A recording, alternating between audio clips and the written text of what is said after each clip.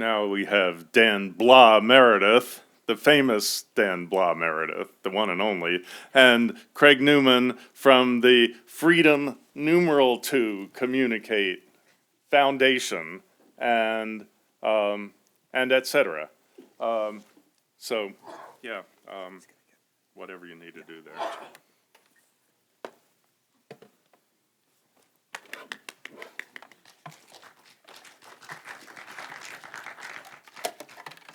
We'll give us a minute here to set up real quick. We're going to be shorter, as funders of this sort of stuff should be not taking a stage, but giving you all lots of space to show off what you're up to.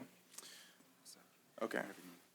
So I'm actually going to talk the least, and I've got a pretty little video that we haven't released publicly yet, but we are today to show you all. So I love your feedback, and hopefully it describes what it is that I'm up to at the Open Technology Fund, which we sort of recently changed our names for a couple of reasons, one of which we didn't want to tread on David's work here. So let's see, BMO. Yeah.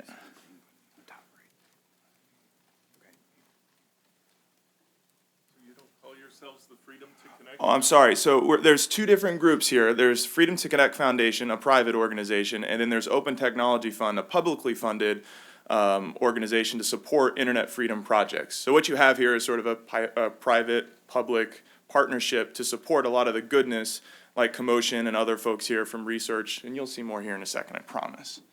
Otherwise, I tell you the video rather than show you the video. Let me see here if I can figure out, oh, there we go. Can't quite scroll over to get to the green button. I can't see it on the screen because it's not, oh, there we go, mate. Well, that's a little bit better. Apologies, everybody. Still cutting me off. Oh, there we go. And do we got volume, just to make sure? Okay. It started with silencing speech. Well, Then can they it get banned louder? books, burned libraries, jailed poets. As each new method of communication emerged, those in power have sought to censor, disrupt, and monitor free speech. The internet and its open forum for ideas is today's front line. As the rise of online technology and social media creates new opportunities for free speech, over 60 countries still find ways to censor each new online medium. The internet reaches every continent in every hemisphere, and citizens around the world have been tortured, What's coming out of that? and even killed for their online speech. We believe that freedom of expression is a basic human right, and it needs digital freedom fighters. We are the Open Technology Fund, supporting research, analysis, development, and deployment of tools and information that protect free speech. Tools that are available to anyone affected by censorship, interference, and illegitimate surveillance. The internet has the power to be our library, our meeting hall, our town square, and our megaphone, where everyone has a voice. Freedom of expression has always been under attack. With your help and support, it will never be silenced. Join us. Follow and contribute to our current projects. You can help make the internet safe and open to all. So you can check this out yourself, since the audio was a little bit missing, and there's some maybe important things that it's vimo.com/opentechfund/intro, or just opentechfund.org eventually. That's a quick introduction of what I'm up to, a program at Radio Free Asia, in short, to support non-domestic internet freedom projects. One of the things that we work on is building the capacity of other really good folks who are trying to do this in a more private space. So that's pretty much it for me, unless you have questions for the tools. I want to introduce the Freedom2Connect Foundation CEO, Craig Newman, who's actually doing a lot of capacity building with groups in ways that we can't as a public funder. So.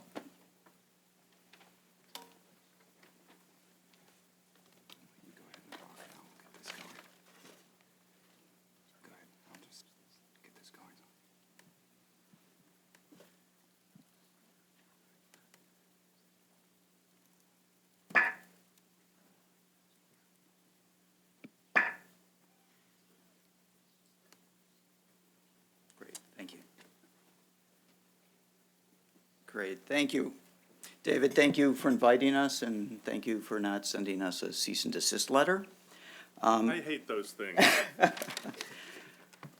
The easiest way to explain what we do is really by a story.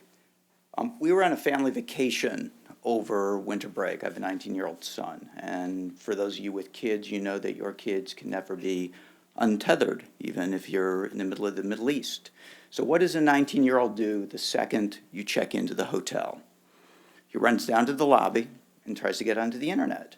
And he assumes that, like where I live in New York, you can get onto whatever website you want to. You can get whatever news, whatever information you want. Well, lo and behold, he discovered that in some countries you can't do that. And that was an absolute awakening for him. And to see the expression on a 19-year-old kid's face that he can't communicate with his friends and get the news, the information that he takes for granted when he's in the United States, it's disturbing to say the least. And what we do at Freedom2Connect, as Dan suggested, it's a public-private partnership. And what we stand for is everything that those of us who live in the United States take for granted. Get up in the morning, you can open the New York Times, the Washington Post, whatever newspaper you want to.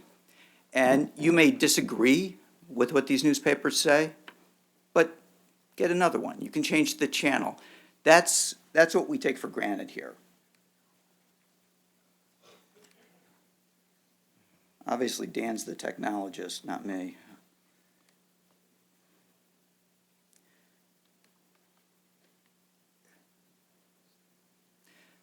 So what we have done is set up an independent nonprofit organization with the goal of taking up some of the funding slack in the private space to supplement the work that Dan and the Open Technology Fund is doing in funding the tools and technology that circumvent internet censorship in repressive countries.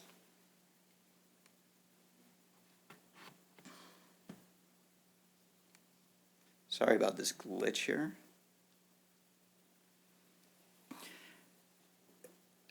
In the United States, we are used to a free press, and similar to what the Aspen Institute is doing, part of our mission is to make sure that journalists in foreign countries have the ability to gather the news without censorship. It is absolutely stunning to hear someone in a repressive country like Syria talk about the risks that they face every day when they try to do things that in the United States, if a journalist publishes an article, they may get a threat from the White House. And the next day, op-ed page of the Washington Post, they'll tell you they got a threat from the White House. Not so in Syria. I want to play one quick soundbite for you.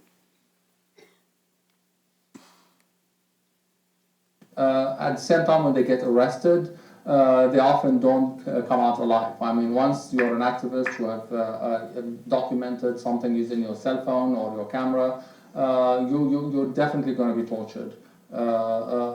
And oftentimes that torture leads to your demise. So the risk is real, and dozens have indeed been killed directly by executed in the field by snipers, by their captors, or they died under torture in prison. Now, where we come in is raising money to help fund the technology tools that Dan's group has started to fund. Obviously, the U.S. government commitment to internet freedom in financial terms is very limited, so there is a huge need in the private space. And it's better to hear it from someone who is affected by this on a day-to-day basis than by me, who's trying to raise funds to develop these tools and technology and to implement them. But this is what we're here for. Anytime you have a tool that has been developed and meant as an encryption service, basically, you have to realize the regime and its supporters are developing ways to infiltrate and to break the code and to make your tool useless. So it's a battle You develop one set of technology, regimes develop another set of technology in order to keep track of you. So you have to keep updating the technology. And that's where we come in. I mean, Dan's organization has funded a number of absolutely fascinating projects. I'm going to leave a minute or two so Dan can come back up here and talk a little bit about some of the technology that they have funded. But our mission, our goal is really twofold. One is to provide the technology to journalists in these countries to gather the news and to get it outside of those countries without censorship. And we've got a number of projects that have been funded by the Open Technology Fund that do exactly that. And the second mission of our foundation is to make sure that the citizens in those countries actually have the opportunity to read those news articles and to communicate within themselves, among themselves, about the news articles and about what is actually going on, which is a right in almost 60 countries they don't have. As I mentioned, we're a totally independent organization. We are Switzerland. We have no obligation other than to do the right thing. And we're not, I don't want to say tethered with government money and the obligations that come with government money, and we're grateful that the Open Technology Fund has government money. But I think our value add is to leverage off of the important work that the Open Technology Fund is doing and come in to provide supplementary public fund or private funding for the projects that the Open Technology Fund is already involved in, and for projects that they're not in a position to fund because they don't have the capital yet.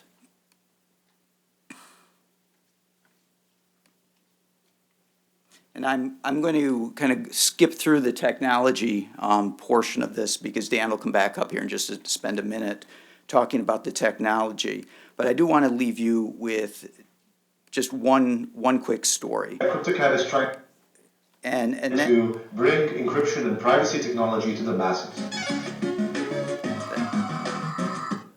That is not what I wanted to play. But I just want to leave you with one quick story, and that is 3 weeks ago, it was front page news that the New York Times, the Washington Post, the Wall Street Journal, they were all hacked. And they were hacked, allegedly, by the Chinese military. And why did they do that? They had no interest in disrupting the U.S. media. They were looking for sources. They wanted to find out who the sources were within China of a critical series that the Times had run.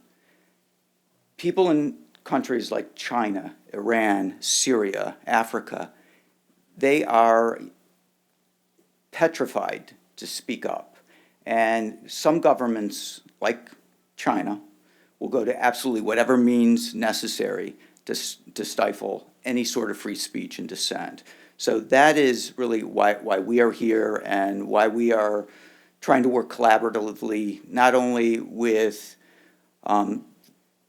Radio Free Asia and the Open Technology Fund, but with a number of universities and other organizations. I'm going to turn it over to Dan to quickly talk about some of the technology projects that his fund has already developed.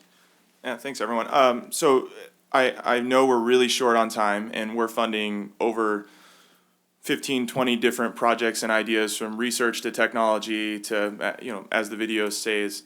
So I'm actually, rather than gonna talk about anything discreetly, I'll be here for a little bit. If folks wanna chat or ask questions, please come ask me questions so we can continue to move on and keep things on schedule. Thanks, everyone. Okay.